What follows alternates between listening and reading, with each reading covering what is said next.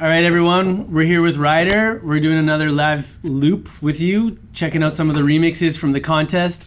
This one was a record breaker on Skio. We had over 500 remixes submitted, which is unbelievable, especially because we've worked with many artists that have been pushing remixing quite a lot, and we just kind of discovered Ryder. She came on our radar a few months before we did this contest, and you know, we had a good feeling about it.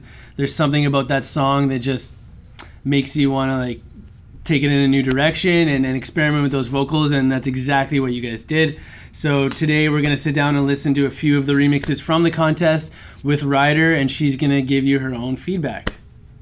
How you doing? Yeah, hey there. I just also want to say, like, as an artist, to hear other people just kind of have their own perspective on your work and flip it, and just the amount of you did that was amazing. It's just really humbling and really awesome, and I get to hear my work in a whole new light, so that's really amazing for me. So I was blown away. I was super impressed, and just the amount of you, it was really crazy. So thank you. Yeah, I mean, were you expecting that kind of? No. Not saying that I don't love the song, or I think no artist goes into that expecting that, you know, like, because you guys hit me up and we're like, hey, yeah, we've got some remixes on the song. I'm like, oh yeah, I'm so excited, you know, it's so awesome. You're like, yeah, there's like 350 of them to go through. I was like, oh wow, okay, that's amazing. So definitely, I don't think you expect that. Like, for me, what I feel as a music creator is that when I'm working on a piece of music, like, I spend a lot of time on it, I spend a lot of effort on it, and to see that people would spend their night or their week or maybe even a couple weeks on me, or months maybe, because that was going on for a while. So that's, to me, wow. I mean, that's amazing. You could never be more flattered in the world than someone spent time on you and the thing that you work so hard on. So that's how I kind of viewed it. And yeah, I was pretty blown away.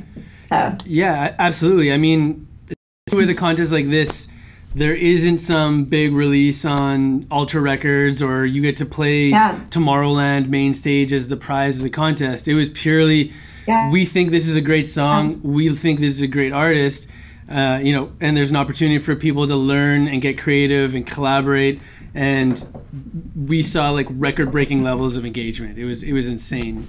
I remember when we checked back after a week and we saw like 100 remixes, or we were like, how high can this actually go? And yeah, we passed 500 remixes. So, I mean. Oh, we did? Okay, awesome. Yeah. I forgot. No, my number was wrong before. Yeah, well, we were checking in with you regularly, and we're like, you know, there's already 350 remixes in the contest. You know, we should be good with this one. And they just kept coming in. We saw a huge spike towards the last week of the contest, where people submit and get feedback from other artists, change up some of the stuff in the remix, and then resubmit also.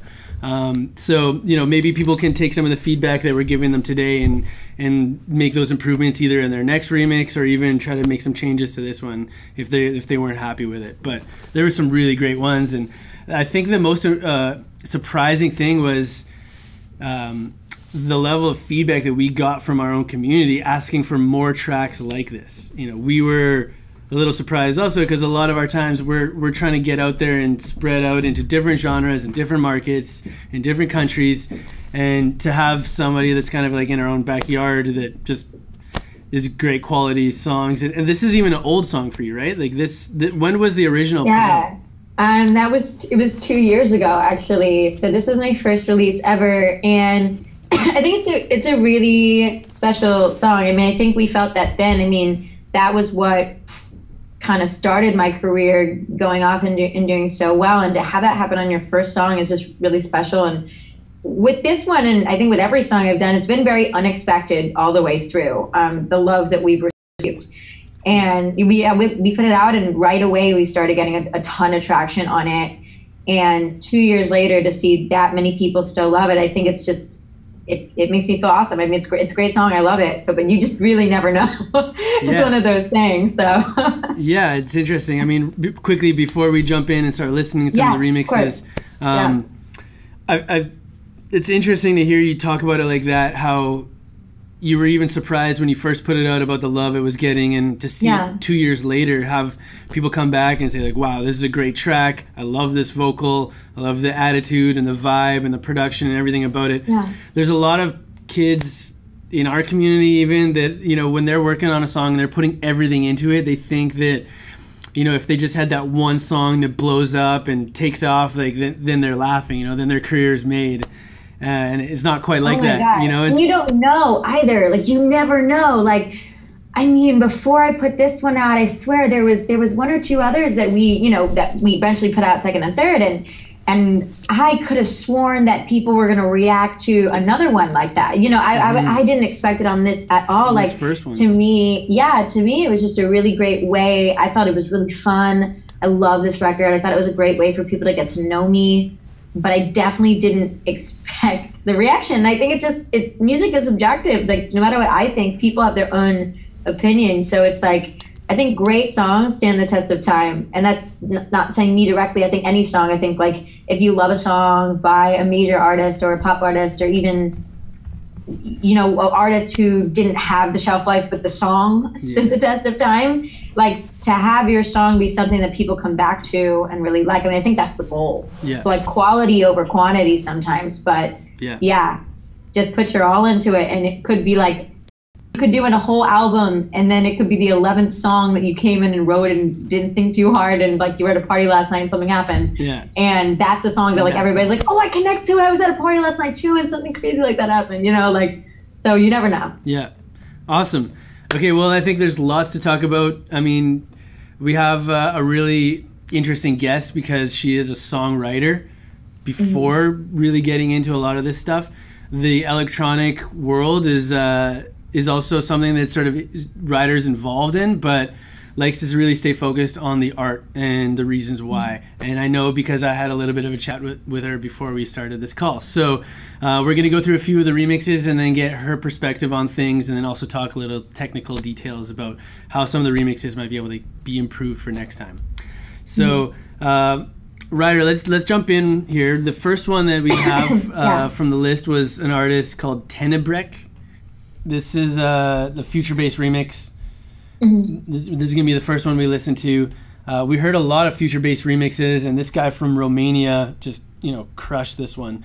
There's some really good elements, and then, you know, we'll talk a little bit about what we think. Just so you guys know, we have listened to every single remix already, so if you see us clicking through the tracks, don't be offended. It's really for time purposes. But, you know, every remix in the contest gets listened to, all 522 in this contest. And our A&Rs, thank you all very much for keeping them here overnight for like 3 days straight, trying to get through all those. So without waiting anymore, let's jump in and listen to this one. Okay.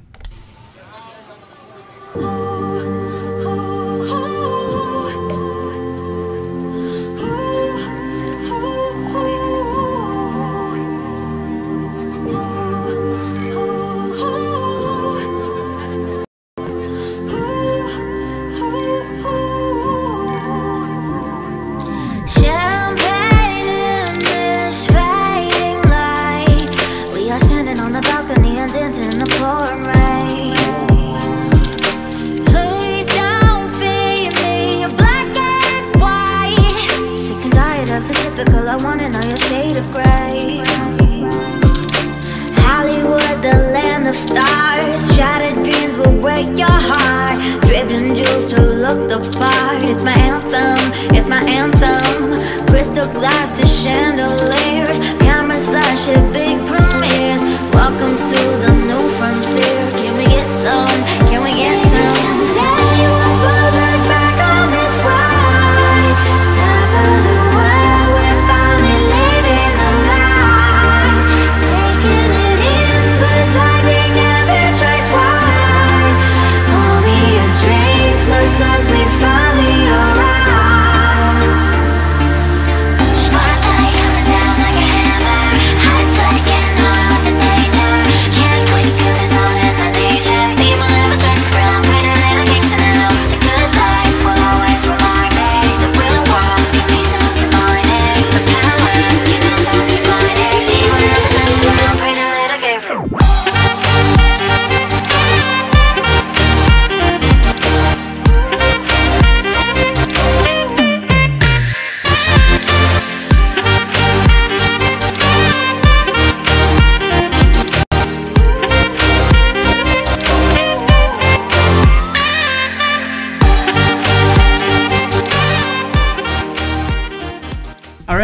let's talk about that one.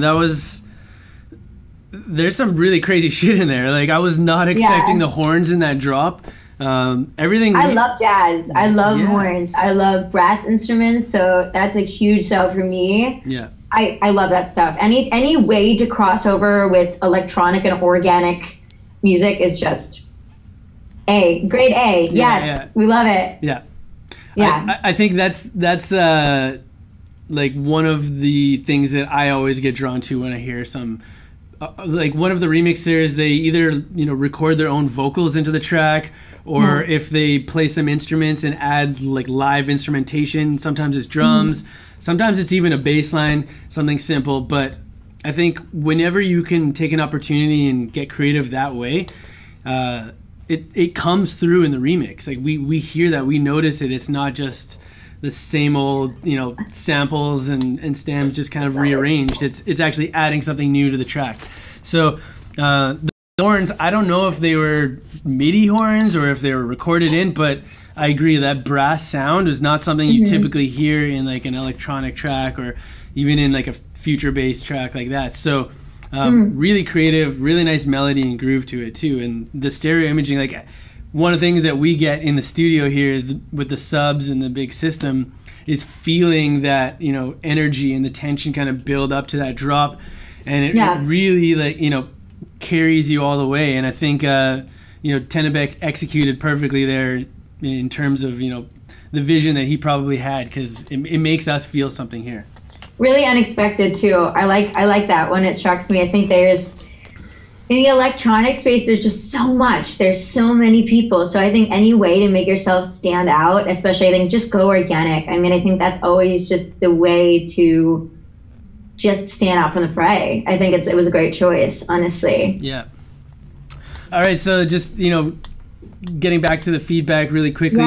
Yeah. There's something that this artist threw in the beginning of the track. In the intro, there was like, this kind of white noise, or it almost sounded like rain happening in the background. I really like when people get creative and use like just sound effects almost as a musical portion of their song. I thought that was really well done. The instrumental is great. You do have a note here that maybe the mixing, it does sound a little bright. So fitting that into the track a little bit better probably could use a little bit of tweaking to the mix, but overall the idea is a gem, and I think that this guy deserves a shout out for that. So from Austria, Tenebek, great job. Tenebek, great job. Great job. Yeah. I'm trying to look. Oh yeah. So for this one, the only thing I would say is just like a little bit of the mixing. I think that some of the leveling. Yeah.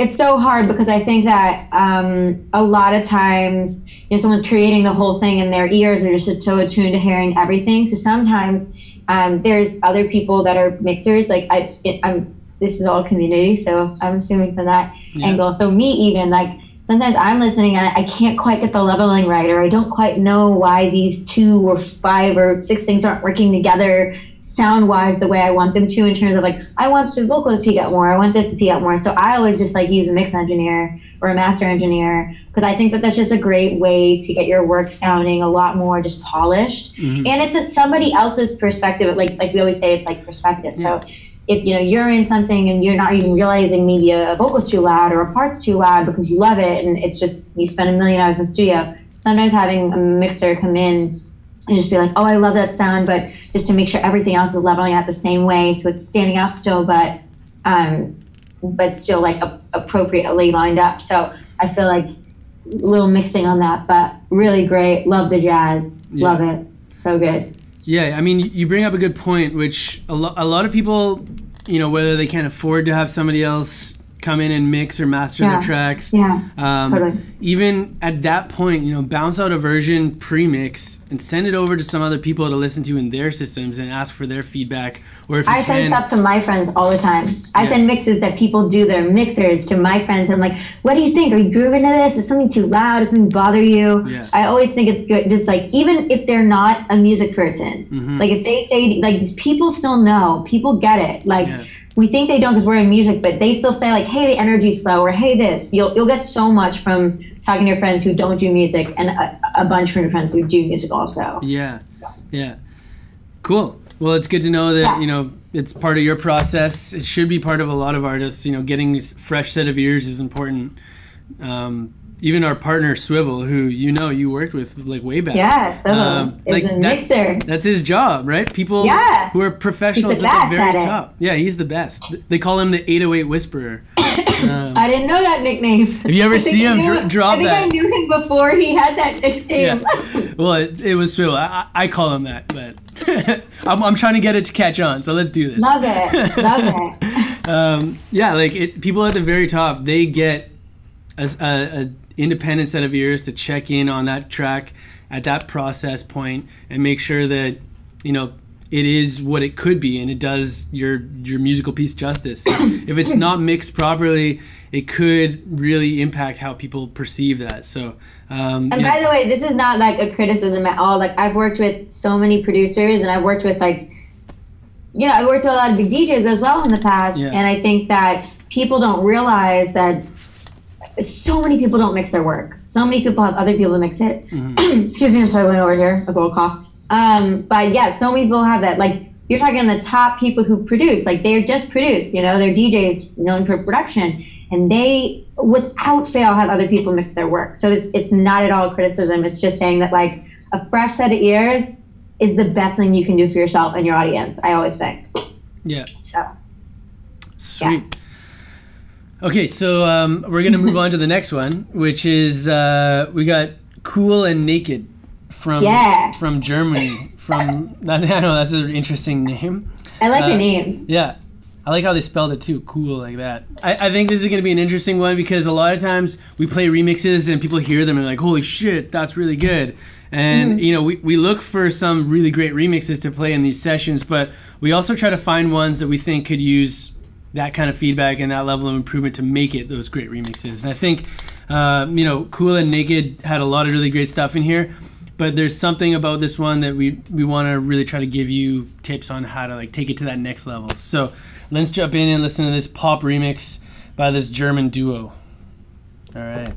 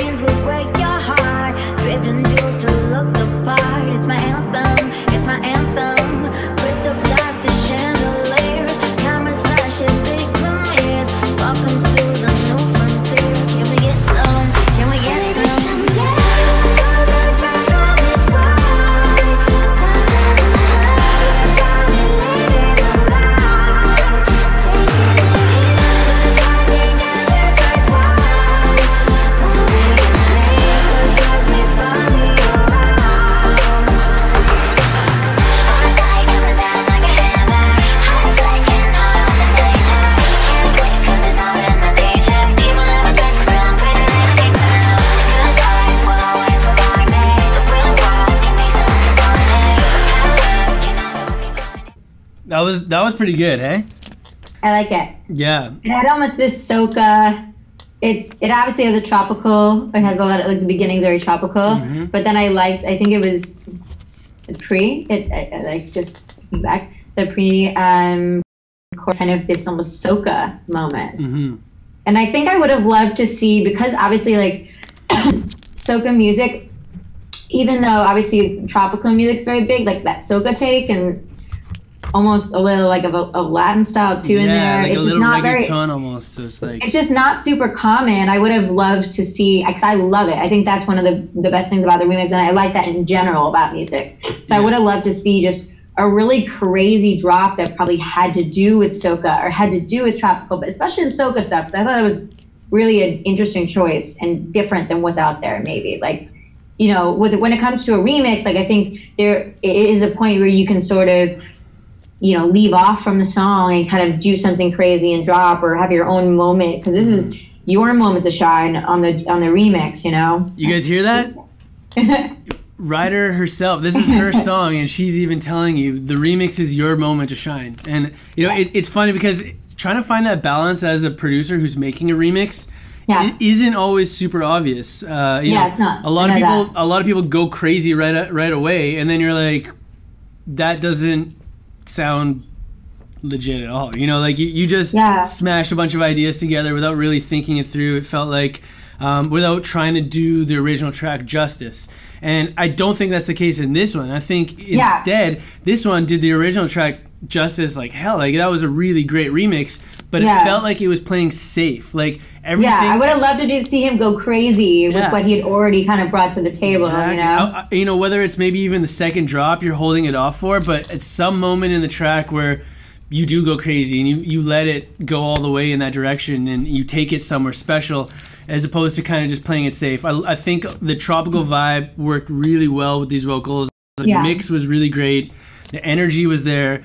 The one thing I'll say about that is, the sounds used in the tropical vibe and in the kind of, future-y style that he was in was your typical sounds that I was expecting to hear. And even if you just maybe played up with the sound design but kept that arrangement or that composition, I think that would maybe take this remix to another level. And then with some of the drum fills, I felt like they were a little forced in that background, just hearing them come in every 4 bars like on a turnaround. I think maybe leaving that those fills out a little bit more and giving the track some space so that when they do come in, it's a little bit more special as opposed to just always being repeated. Little things like that. But overall, I thought that was a great remix. The one thing I will say, like you mentioned, is I felt like it could have gone a little crazier. I was hoping it would get taken to that just next level shit where you're like, holy fuck, I didn't expect that. And instead, I always use the example of like the Tovlo song, her first song that she had come out, and there was a remix. Who was it by? It was like the first song that really blew Tovlo up. She had a huge remix, and if you look it up, you'll know it. Anyway, they used a part of the song that was a bridge. And they made that the focal point of their song. And they actually cut out a lot of the song. They kind of remade the song entirely. And in a lot of ways, they discovered Tovlo first through that remix. And it was a total redo of the song. And I always thought that was such an interesting way. Because obviously, like, the DJ very much made it their own. But they saw in the song what they thought was the most powerful and the most strong. And that's not always up to, like, me or the artist. Like, maybe you'll hear something that I didn't hear. And you'll be like, well, I think the chorus is hooky, but I love that part on the bridge. Like, she totally should have emphasized that more. And I think a remix is just such a great opportunity to be like, you know what? Like, I get to now re-envision it the way I want to. Let me use that part from the bridge, keep repeating it, whatever, make it high, make it low, make it a sample, and then, make it into your own song. I think it's a great opportunity to do that. Obviously, you have to temper if it's a total go away from the song or with it, but like you said, it's balanced. So I just encourage creativity on all levels, always. Yeah, I mean, honestly, it's great to hear that. I think a lot of the times people, they're scared of going too far with it, and when you experiment and when you get creative, I think that's where you have those happy accidents a lot of the times. And it might, you never know, become something that works and becomes part of your signature sound. It's a great opportunity to play with a color palette that's already kind of made and just get creative with it. The song pieces are there. So, remixes are supposed to be something that you can really try new things with. And I love when I come across a remix that just does that perfectly. All right, so let's move on to this next one. We got Seven Electronics, yeah. Juan Jose Dominguez Gonzalez. It was Stay High by Hippie Sabotage. Sorry, that was bothering me. But that is a great example of a remix. The Tovlo one, the Hippie Sabotage, yeah. Hippie Sabotage, Stay High. If as a remixer, if you want to flip a song for a pop artist into your own version of it, like as a pop artist, indie pop artist, I think that's a great example. Just putting it out there for you guys to just get inspired by somebody. Sorry, that was a side note. No, that's great. I think I was trying to remember what the track was also. Yeah, I looked it up. Sorry, I'm a Googler. So. That's good. That's good. We asked Google. Google came through. We'll drop the link to that Stay High remix in the comments while this goes live. Awesome. Okay, so this next remix is from a producer from Santa Cruz, or Tenerife, Spain. So let's see what he's got.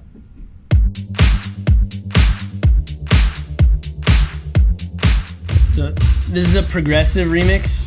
The tempo on this is actually quite a bit higher than the original, and we wanted to try to put a track that had this kind of vibe into the feedback session, because a lot of people took it in this direction also and really sped it up.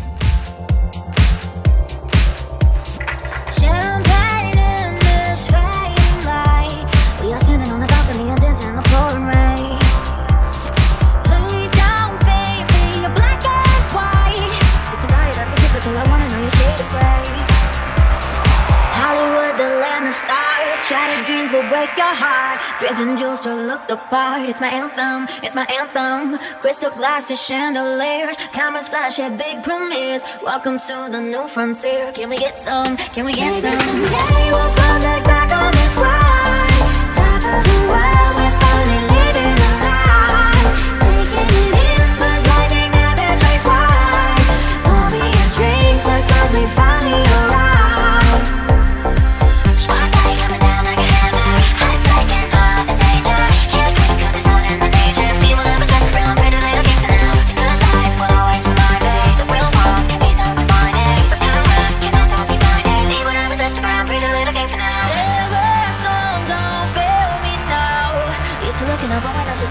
Steer the crowd. Pretty gangsters climbing out. Up the ladder, pitter patter, take a look at all the gold we found. Alright.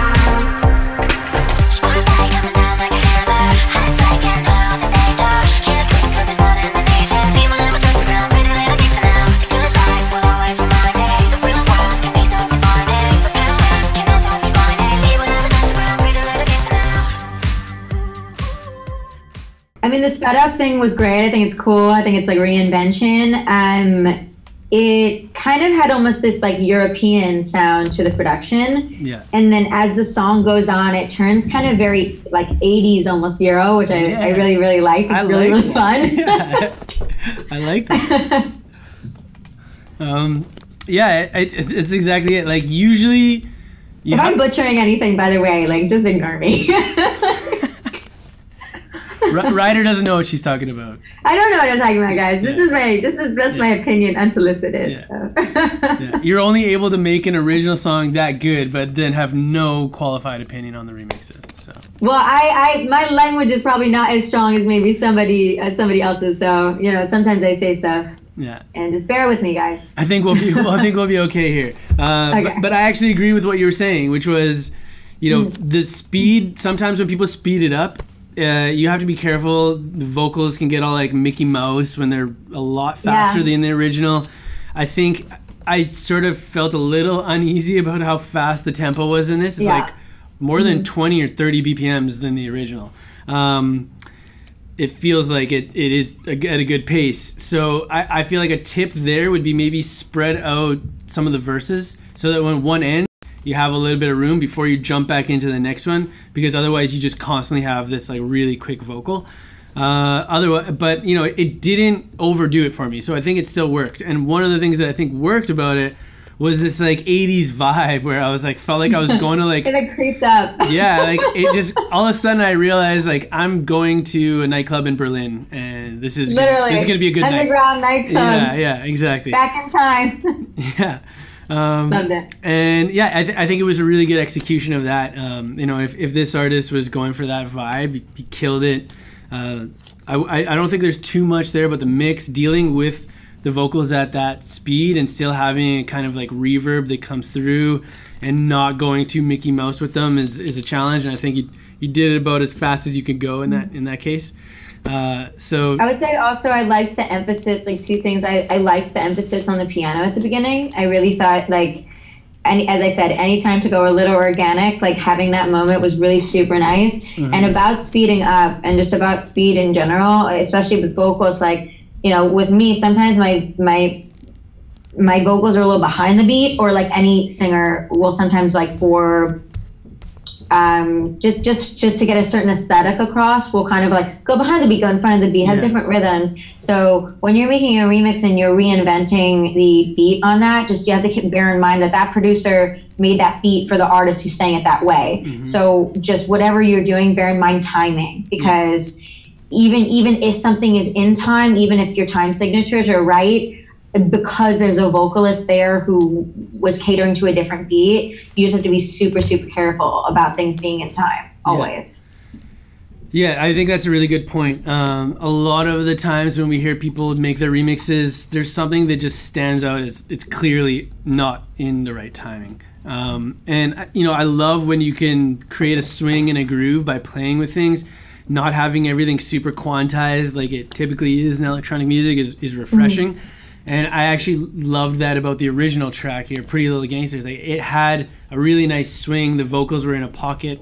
They just played with that beat the whole time. And I heard some remixes where people kind of just stack them on top of each other, and it takes away from that energy and that vibe. So definitely be cognizant of that when you are playing with vocals. If you are adjusting from the original, think if maybe you have to compensate for that when you're mixing the vocal in. But, you know, one thing you mentioned also about this remix was letting the intro start off with the pianos and kind of build that energy up and give that musicality its moment. I love the fact that this had pianos in it from the beginning, and it didn't just come in with like a punch, like a kick and a snare right away, because this type of song, this like this progressive house song, in the golden era of progressive house, it was always like just starting off like that. And I think a lot of people who are DJs, like if you're thinking about playing it live, you know, it's great when you have the first beats come in with a kick and a snare, because that's great for mixing. But when you're producing a song, you know, don't produce all the time for your live DJ set. Produce for the song and then maybe make your edit for your live DJ set. And I think this kind of fits that balance perfectly. So great job, Juan Jose Dominguez Gonzalez. Okay, so let's move on to some of the next ones here. I got a few of the remixes that we picked out. Let's move over to this one called Wizard 61. All right, so this is a brand new producer. Not a whole lot to their profile, but they did make some great remixes for both this contest and another one we did love, and it caught our A&R's ear also. So I was happy to see it on your list. Let's just jump in and start listening to it.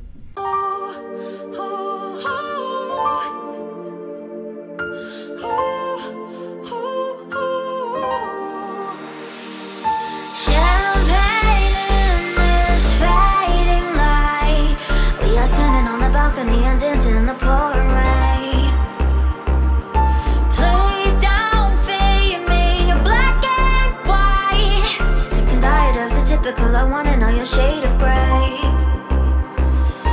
Hollywood, the land of stars. Shattered dreams will break your heart. Draped in jewels to look the part. It's my anthem, it's my anthem. Crystal glasses, chandeliers. Cameras flash at big premieres. Welcome to the new frontier. Can we get some? Can we get some? Someday we'll further back on this ride. Top of the world.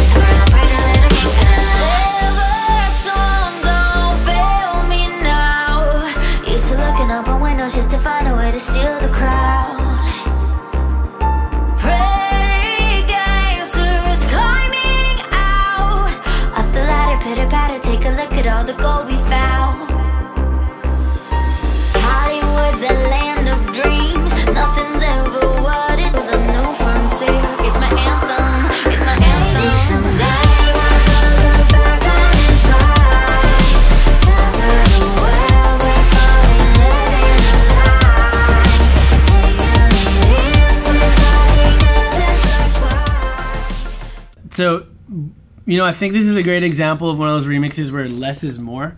It's kind of simplistic in a way that it's not overcomplicating things. There's a few elements that are carrying the track, but it definitely steps up when there's the drop, and there's the energy changes with it, and it kind of takes you on this journey.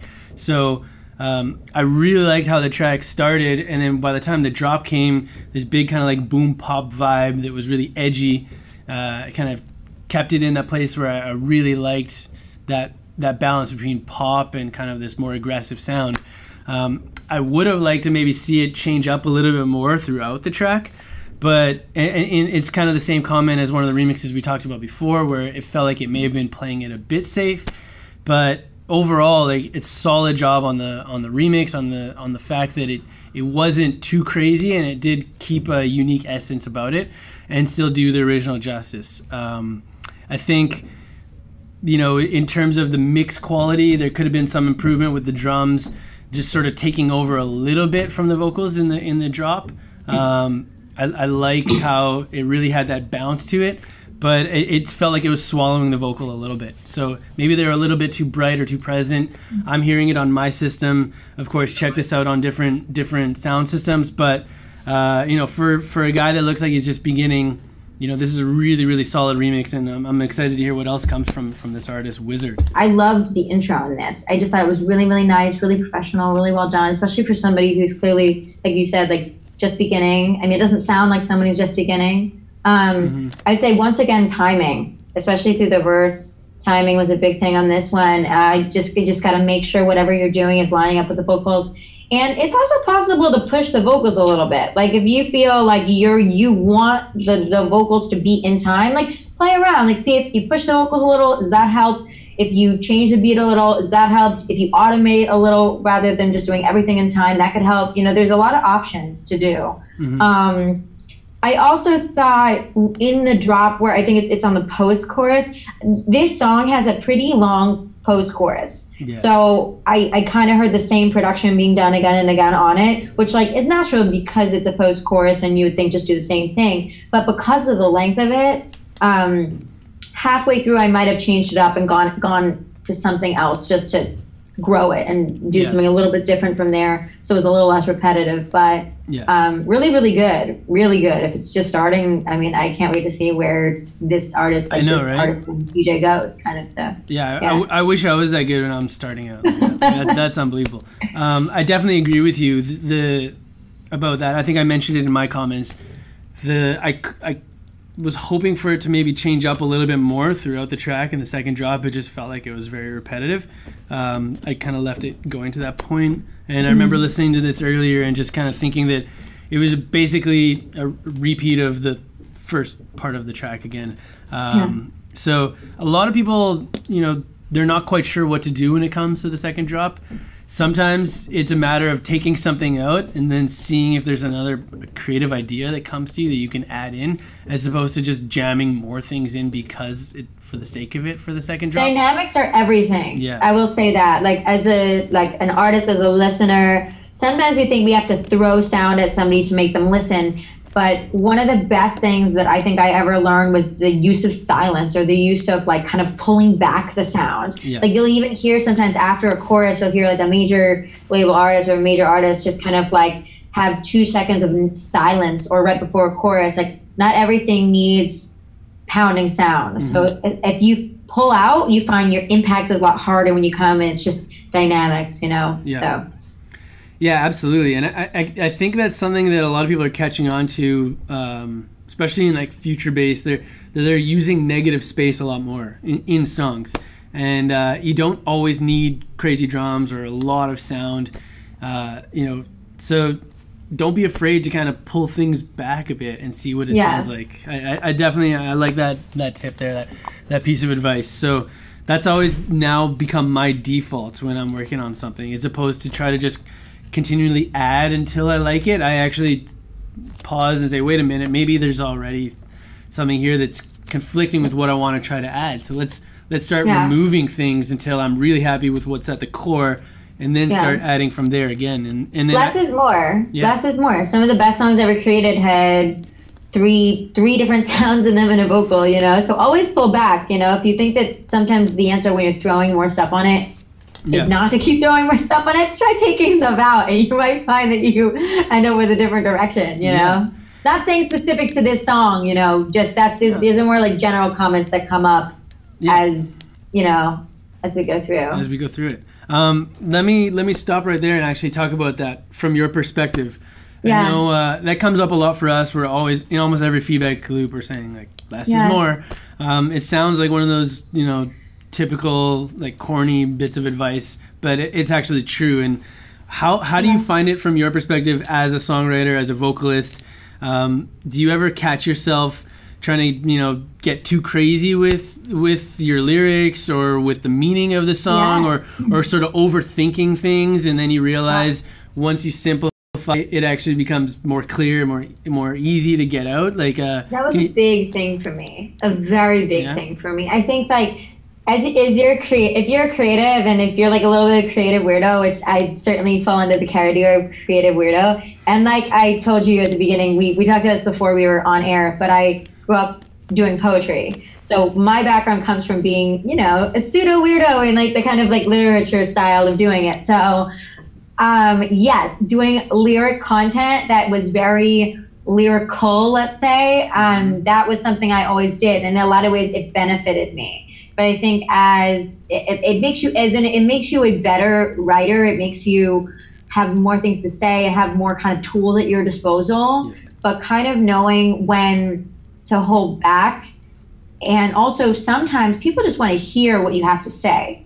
Like there's a great thing about lyrics that are beautiful and they're interesting and they are and sort of confusing in some ways. Sometimes people just want to hear what you have to say. Yeah. And I had a mentor that is an amazing songwriter, has written some of the biggest hits there is, and he really kind of hammered into me, there's something about simplicity.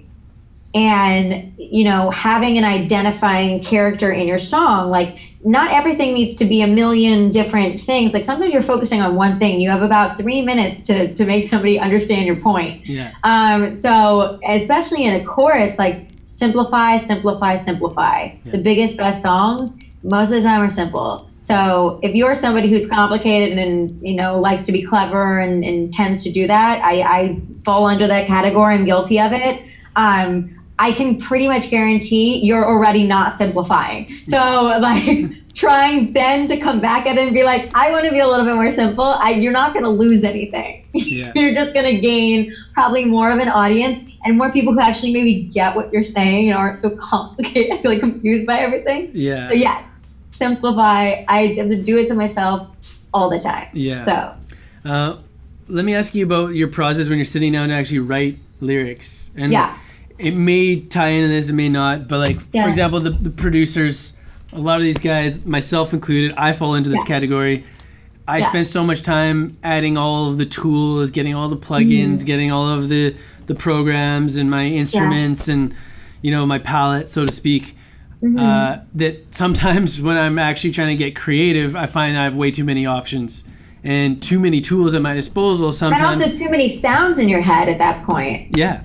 It's hard to kind of cut out and limit myself to just a few basic things, but I find that once I do, and I force myself to only use certain tools and not all of the things that are available to me, I find myself getting more creative and having to make something that may not be as polished on its own actually have more musicality, because I'm not spending time clicking through a million presets or changing up like 16 different ways to compress my drums. I'm just going with what I think works good enough in the beginning, and I move on from there. Do you have that? Does that apply to your like writing style, your process of creating your music? It does. I have a few things to say on that. It depends also right now what we're talking about. I'm assuming tons of people here are remixers and DJs and producers. I'm also making the assumption that some people also want to produce original music and potentially have a writer or singer in the room doing that with them for them. So almost all of them. Almost everyone. So I'm just making the assumption that exists in this, you know, in this conversation. What I would say, and I get super affected by sound. So meaning if I hear something over and over and over again, that can affect my ability to be creative. I've heard this also for a bunch of people. It's very specific to me as well. So I think my best stuff that I get out of me as a songwriter, like when I'm doing melody or when I'm doing anything, is probably the first thing. So one thing I would just like suggest to people or a producer to, like, obviously either, you know, people can always use I use my phone for voice notes. Like every writer I know does this, like literally without fail. But what I would say also is have a mic in the room. Have a mic in the room that's on. Always have the option, because like you can send them in the booth and that's fine. Like I'm talking for people who have studios and have booths or whatever, or setups. It's easy to be like, oh, they'll sing it when we set it up. You know, I think it's good to have just a mic that's extended out from your setup and just have it. So when the singer is in there, at least give them the option to sing whatever's there and you get it down, so you don't lose those really amazing organic ideas that come from the start. I would also say, like, you know, don't play too many things for people. I think there's like this exciting thing for producers to like play a million tracks for writers, and I think some writers can handle it. But I can say for me, if I hear 10 tracks or 20 tracks, sometimes my brain gets like a little bit jumbled. So I would say like pick, you know, like obviously you and the artist or you and the writer will have a conversation about what you want to do. But if they just say like, hey, play me tracks that you like and I'll see what I get inspired, pick like 3 to 5 tracks or, you know, something in that range that you love, that you want to work on that day, that you want them to work on that day, because I think that's just a great place to start, and it doesn't end up getting out of hand with a million tracks, you know?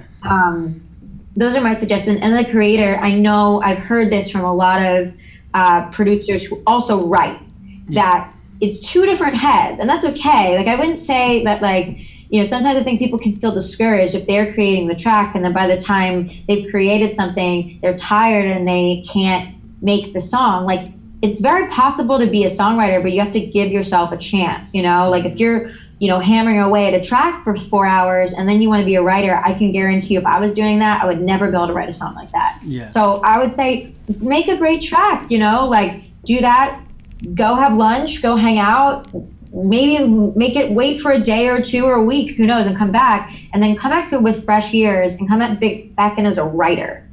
Like think about melodies, think about concepts, be inspired by the thing you did, not kind of sitting under the weight of like, I don't like the way that sounds or this or that, you know, or like I could go right back into the track and make that better. Because you need to just have your production head and then have your kind of writer vocal head. If you can't, I think it's like a healthy way to get better at writing. That's a really good point. I mean, I think producers today, there's a difference with how much they do all the time, and it's not just in the creative process. Like producers today, they have to be their own booking agent, their own manager, their own graphic designer, their own social media expert, their own promoter.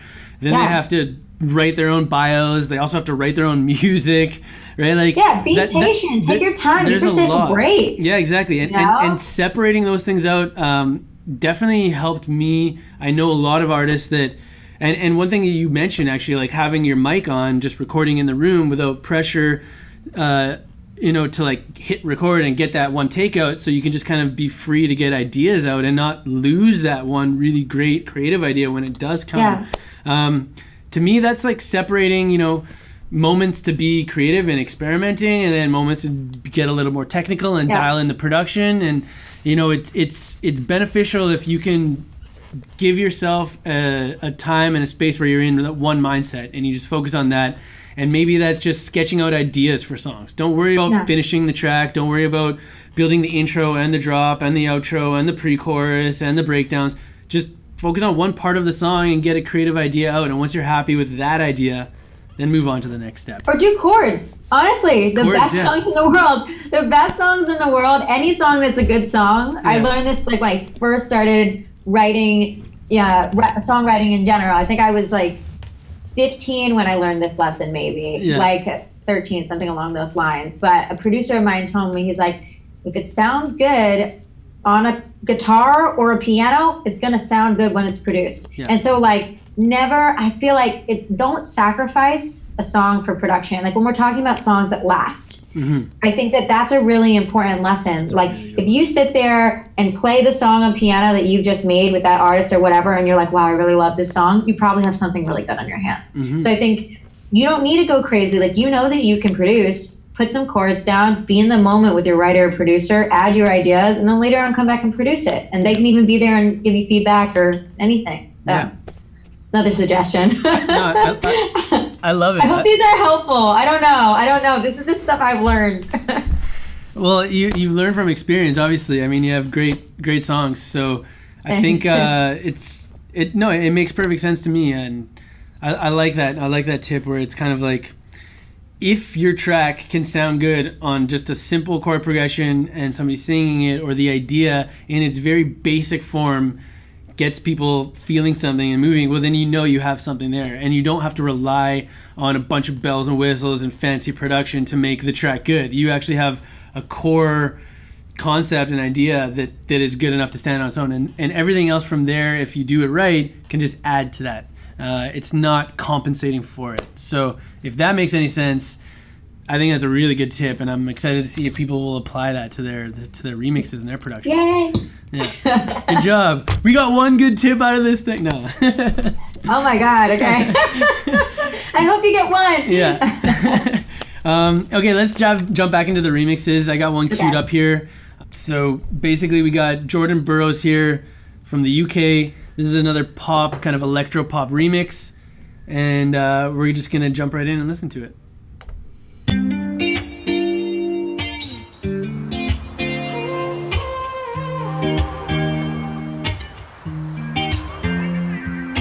Champagne in this fading light. We are standing on the balcony and dancing in the pouring rain.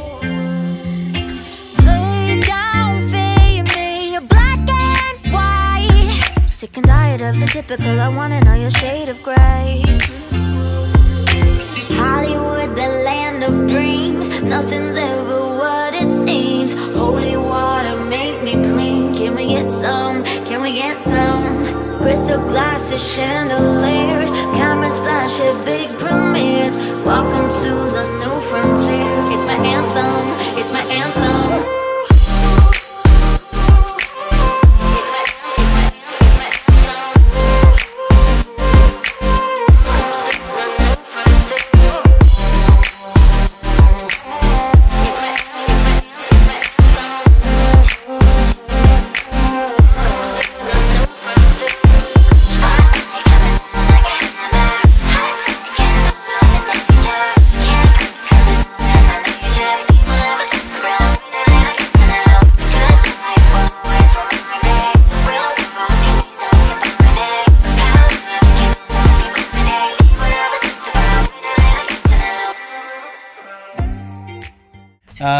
So yeah, a couple really good things about that remix. Let me jump in and start this off, and then I'll ask you what you think about it. Yes. I brought up earlier using negative space. I think Jordan killed it on that those moments where everything cut out and you just hear a snap. It's not total silence, but it does bring down a lot of what's happening, a lot of that sounds coming at you, and just creates that contrast. And it's a really nice vibe in that song. It was, I think he perfectly executed that, along with the side chain technique that makes that so powerful.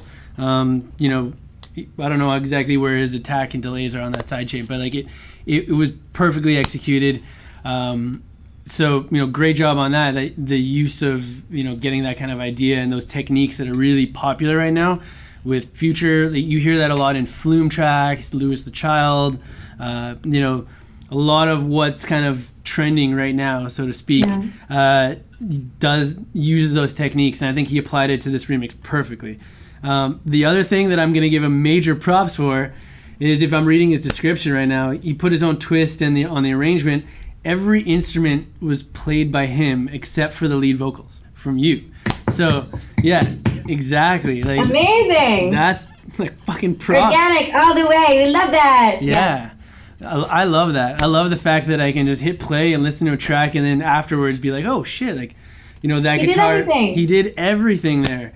And you know, not to say that your remix isn't good if you're not playing every single instrument, but appreciating what that takes, because a lot of us got into this space because you know, we like DJing, we like messing around with software and programs, and we started composing kind of in the box. And to be able, like, my greatest challenge is getting musical on instruments, on pianos, on the drums, on the saxophone, and trying to fit that into my music. To have somebody able to do that so seamlessly with all of these different instrumentations and musical components of this track, and still have it fit with that kind of vibe and groove, like, that's a perfect execution. I don't really have too much to say that's negative about that. I just wanted to give shouts out to Jordan Burroughs from the UK for a fucking awesome remix. I really liked it. Yeah, I'm super into that remix. It's pop, it's current, it has this like acoustic great flavor. I love it. Knowing that he did all those instruments too now, which I didn't know before when I first heard it. Wow, it's just super impressive. And like he said, not to say that it's like if you don't, like some amazing producers don't play any instruments, but I think it's like, I'm always envious of somebody who can play like 20 instruments. I think it's such a skill. I played a few, but like not, I mean, I know somebody can jump from one to the other and like every single kind of that, you know, genre of instrument. I just think that's just such an amazing skill to have. I do like, because we were talking about utilizing something that's there to really modernize it. And he's my, so like, there's like an ooh thing that I do in the song. And what I liked about what he did is he's, like we said about sampling it, it's already kind of a sample. And so he took that and even sampled it further. He put some sort of like a vocal effect on it and laid it under his drop. Yeah. And kind of had it going throughout. And I think that was really cool. I really liked that. I appreciated that he did that.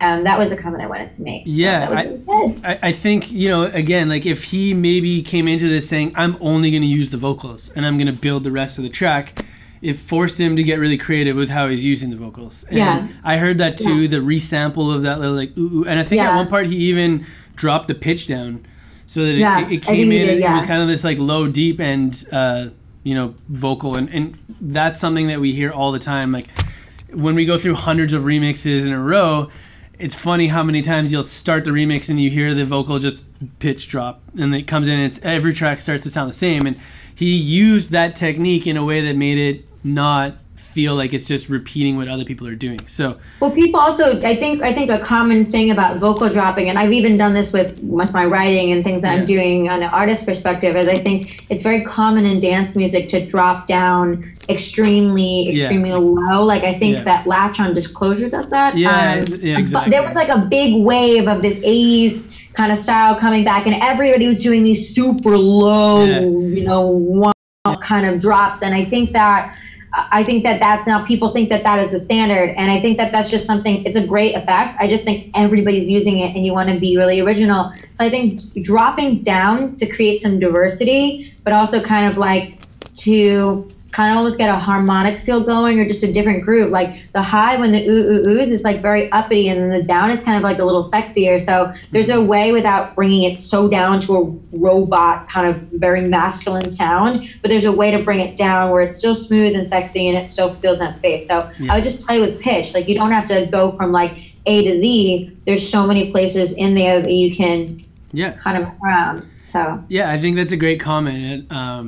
A lot of the times we hear it just get slammed, like the pitch drops so low that like you take a really high female vocal, and it sounds like the deepest, biggest like guy that you can find, you know? And it's like, okay, maybe it took it a little too far. But the good thing with music is there's no right or wrong. Like it's just what sounds good. So my advice would be like experiment with that. Don't just think that you have to go to that one level, you know? Keep it fresh, try new things, and then find out what actually works with your track, and then trying to build around there. The other thing is, you know, if you are somebody that wants to have more musical elements and instrumentation in your song, and you're not a pianist or somebody who is trained on instruments, go bring in a friend into the studio with you. You know, like for me to sit down and write melodies is like one of the hardest things.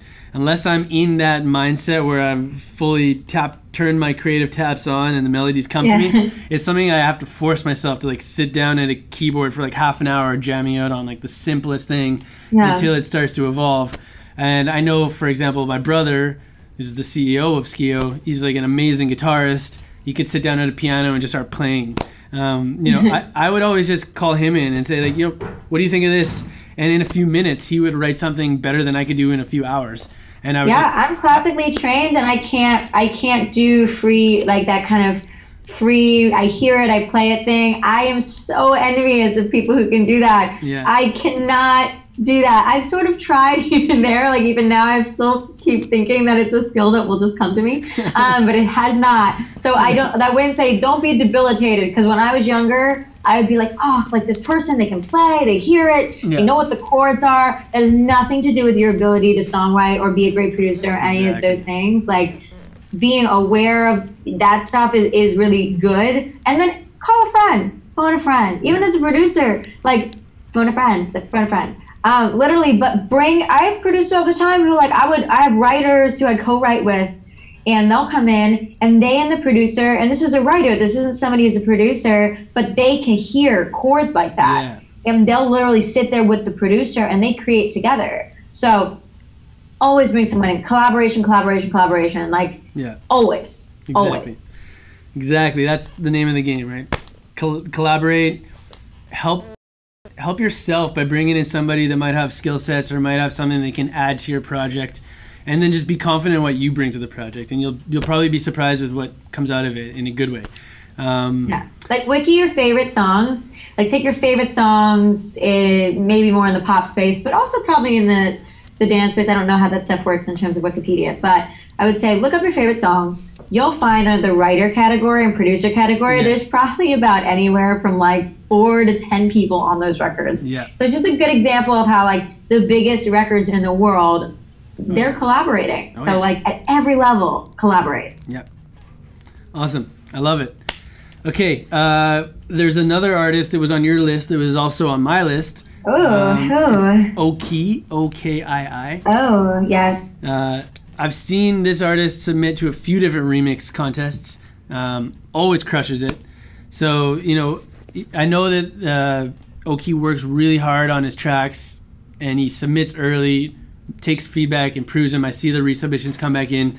So to hear a finished product like this, it's kind of something that we can speak about as a good example of what your remix can sound like. So let's jump in here. I really like what this artist did.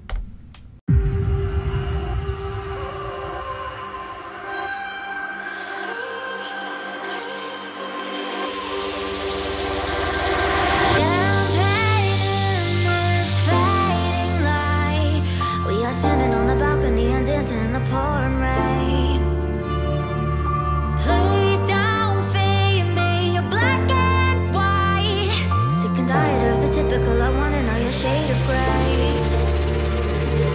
How do you like the land of stars? Shattered dreams will break your heart. Dripping jewels to look the part. It's my anthem, it's my anthem. Crystal glasses, chandeliers, cameras flash a big premiere. Welcome to the new frontier. Can we get some? Can we get some?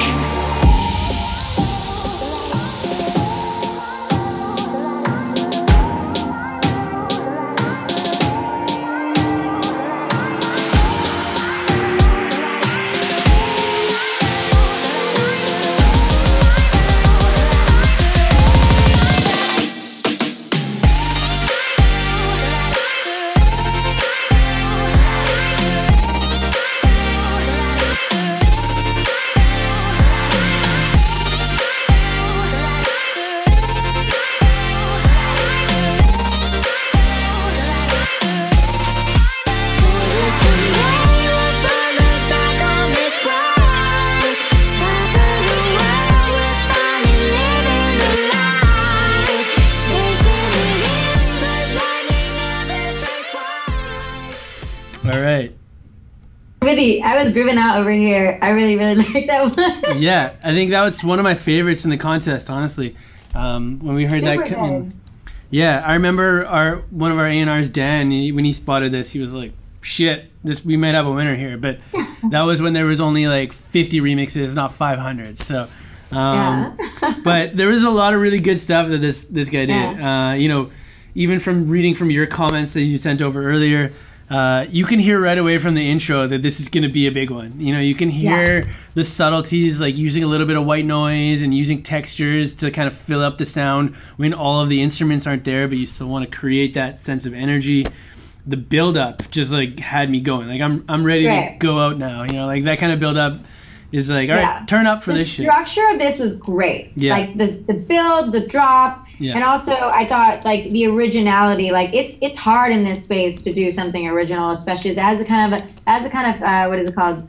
Bass, super. You said super bass. What is it? Future bass. Future bass. Sorry, I knew that. Sorry guys. Sorry guys. I told you my words. Come on, Ryder. Future bass. But it wasn't only future bass, but it was a future bass type drop that existed. But what I loved, there was almost this like cooing sound. It was like almost like an animal.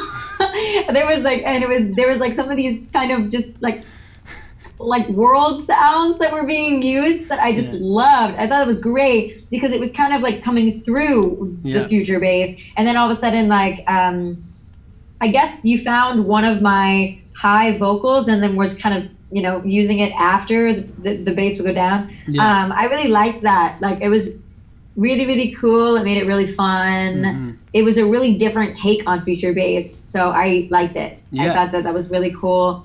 I would say pay attention to timing. That was a really big thing. I really, really, really liked this remix, but the timing really threw me with the swing. You know, the vocal and the track, they weren't matching. It's got to match. Like once again, it's the same as like what we were saying before. It just has to match because timing is something that people can feel. And so they don't know why it's off, but they feel like a swing sort of just isn't working. And so it doesn't say anything bad about the production. It doesn't say anything bad about the song. It just means they weren't working together in certain parts as well as I think they could have. I think like it's funny because what you said at the end there is at certain parts, like when it comes in, it feels nice, but then as it carries on, something is either pulling a little bit ahead. It's the that pre-chorus is like extremely swingy. So, you know, if that happens and it doesn't fit with what you were doing in the verse, maybe make the production grow a little bit and find something that does fit. Because there was so much good stuff, like so much. This remix was so great, but I think that you know, it makes the product suffer a little bit, to be honest. I think maybe a bit too much focus was on like those snares and the build up and the pre-chorus as opposed to, you know, fitting the groove and the timing so that it actually, you know, fits together and is the same kind of storyline when you get to the drop. The drop, I'll say a couple of things about that.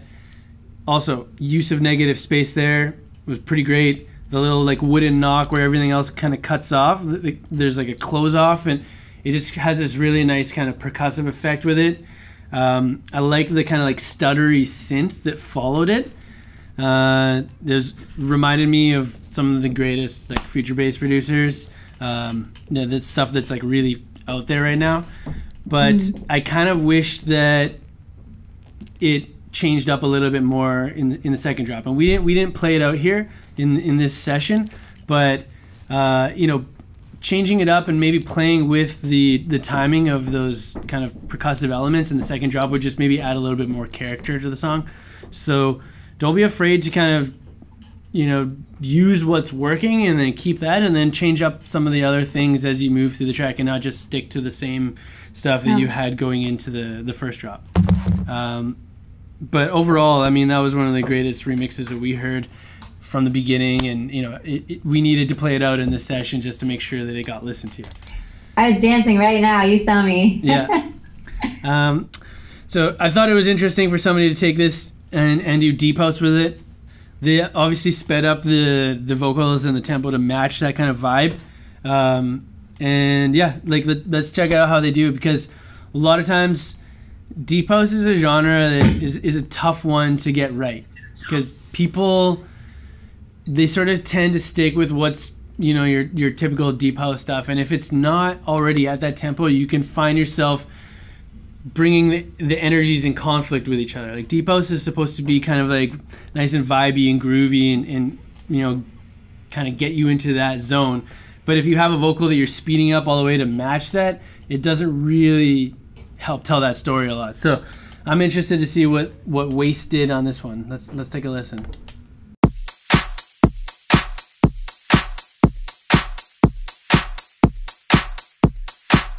I'm gonna skip ahead a bit here.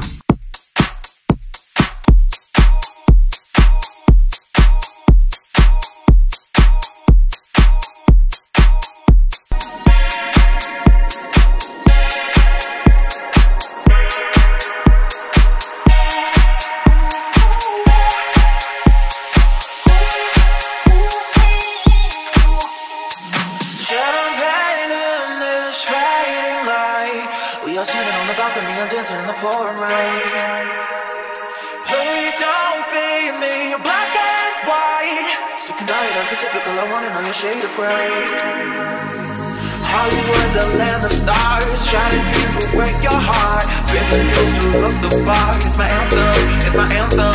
Crystal glasses, chandeliers, diamonds flashing, big premieres. Welcome to the new frontier. Can we get some? Can we get some? Today we'll pull the back on this ride.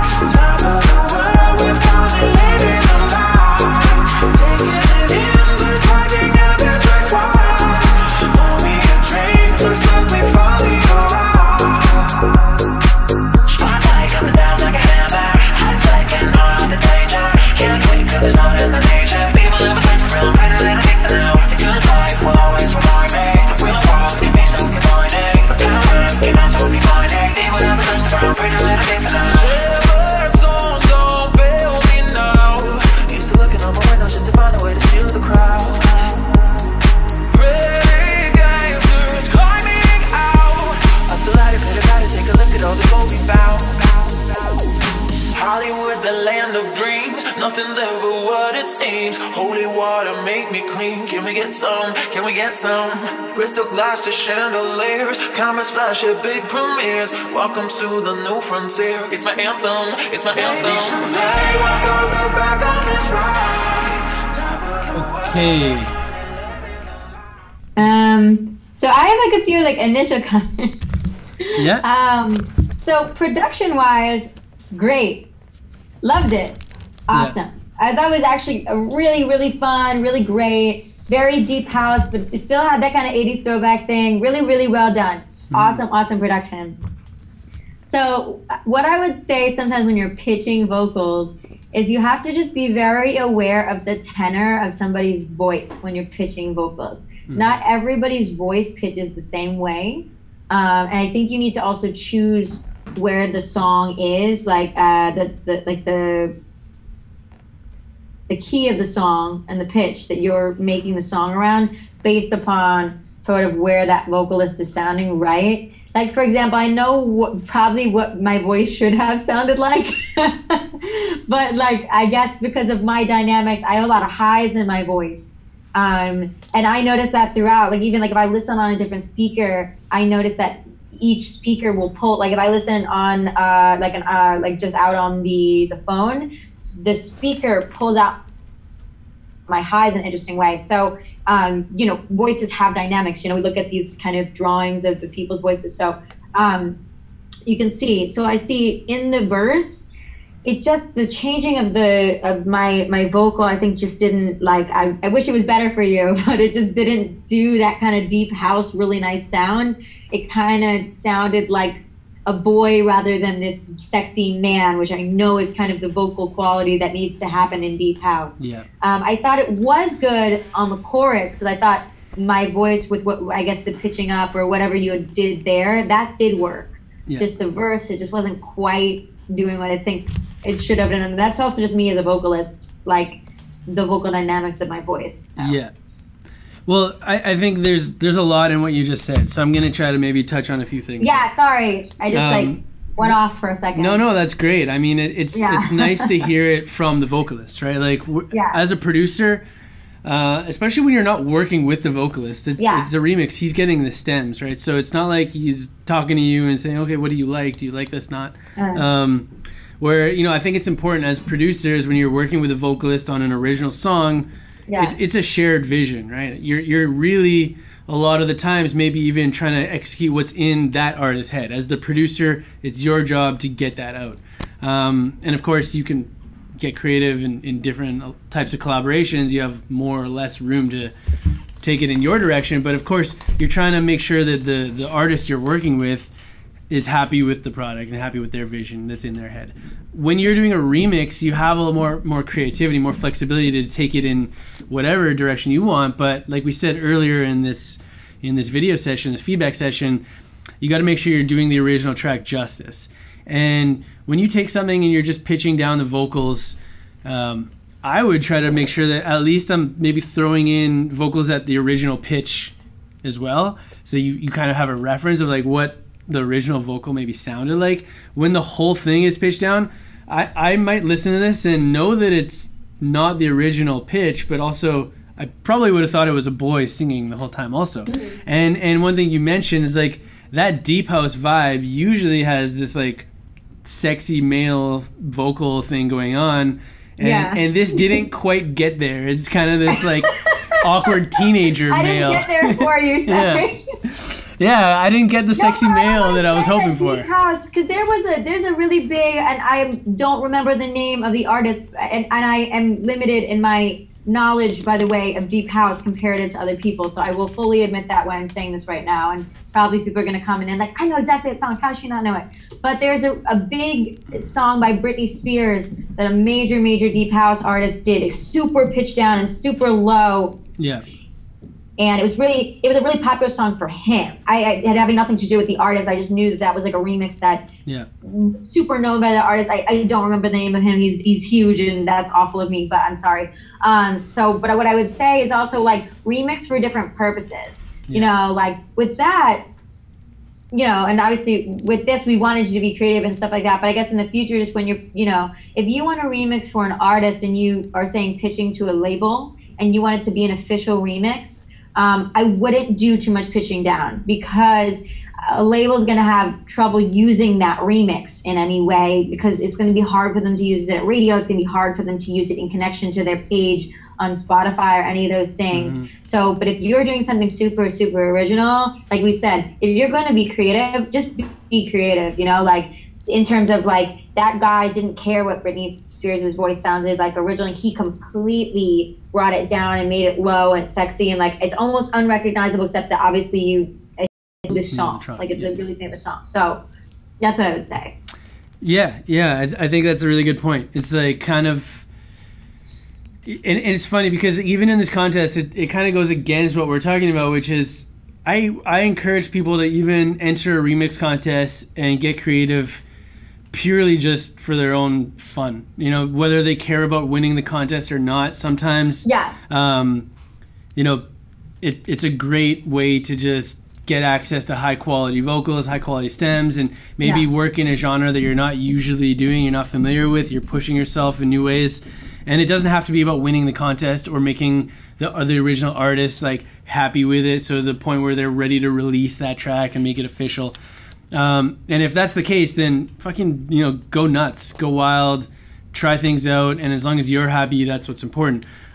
If you are trying to catch the attention of the label or the artist, understand, especially when you're taking those vocals and you're changing them so much, that you know, that's a risky move. And unless you're doing it in that kind of way, you know, with that presence of mind, you know, you need to try to figure out what is your goal with the remix. Mm-hmm. A lot of times people are like, you know, sending off their remix to the label and like, oh, can we distribute this and make it official? And if it doesn't have any connection to the genre, vibe, or you know, original artist intention, you know, it better be getting millions of fucking streams. Otherwise, it's going to be very hard for that label to kind of get behind it. And back you have to choose an aesthetic. If you're choosing an artist, you have to understand the aesthetic. Like, and this isn't a comment on this song, by the way, at all. It's just a general comment. It's saying like, if you're picking a pop artist off of a major label like Republic, and you want to do a remix for them, and you want that remix to go, and let's say you're a new person starting out and you don't have the views, in terms of like they're just going to give it to you because you have the views, you know, you're really going to have to earn your place there. So what they need to hear is a song, you know, probably that's going to cater to Spotify. It's going to cater to Apple Music. It's going to cater to Sirius Radio, to BPM, to Electro Now, to a lot of these different, you know, what you want to do and offer to them is a new avenue for their song to get attention and plays that eventually leads back to the artist. Yeah.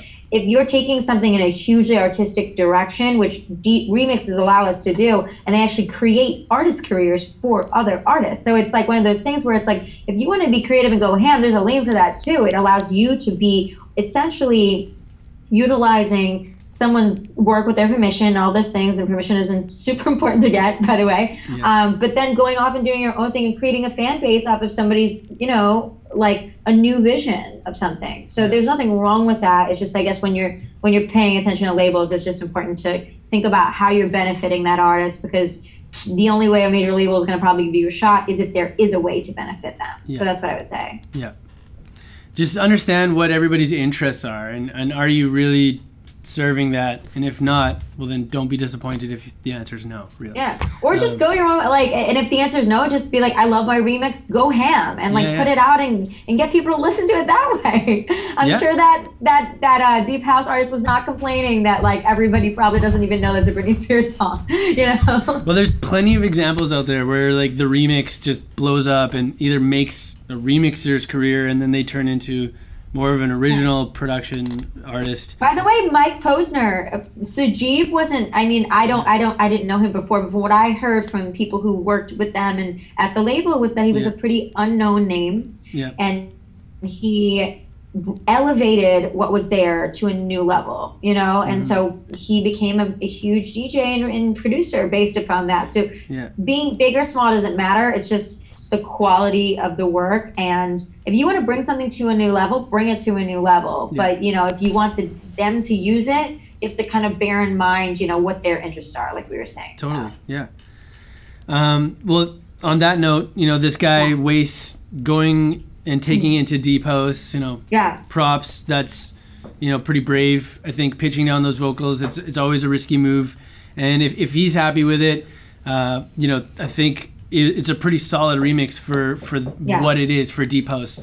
Totally. The nice, I like deep house. Yeah, those nice round, full bass lines that are nice and bouncy and vibey. Like those are great. You know, it was a hot beat, super sexy. I was here just like ripping that. Very, very well done. These are just general comments, and like, because I always want to just. I feel like the point of it is to kind of just make people see different perspectives, you know, from the artist, to also give ideas about how to go about remixes, and the idea is to be a remixer and artist yourself. So I always just like encourage that. So it's not a comment on this song. It was just general comments. No, I mean, Ryder, don't worry about it. We love that. That's why we do these types of things. I don't think that everything I say is, you know, 100% accurate, or, you know, you should take my advice and go change your work right away. It's really up to you. It's your work. It's your art. I second that. Yeah. I second that. I don't know everything clearly. I didn't even know this song was going to be so popular. What do I know? You know? But, you know, it's definitely comments coming from hearing a lot of different remixes, and we try to pick out one or two things from a track and give a general tip or a way to think about it, so that the people that are watching can try to get some value and maybe bake some of those lessons into their next piece of work and see if it helped out. Which brings me to the last one we're going to listen to. Did you get my email that I sent off a couple minutes ago? Sweet. Yeah. So this kid, Silog or Silog, I'm not sure how to pronounce this. I think he's from Belgium. I've seen submissions to a few different contests. Also, I think the production quality is really great for how old he appears to be. And, you know, pretty early on in his career.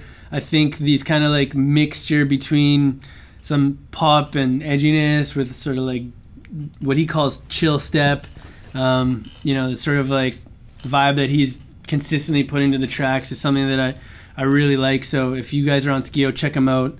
SYLLOG. Give him a like. Let's listen to this remix.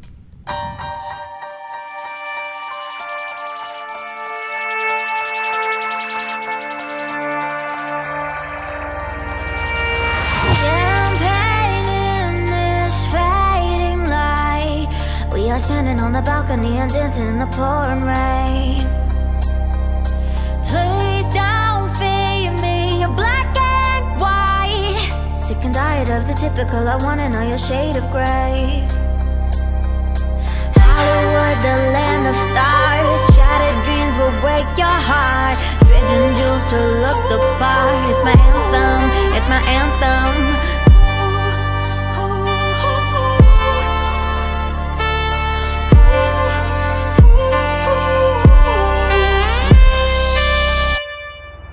Baby, someday we'll top of the world,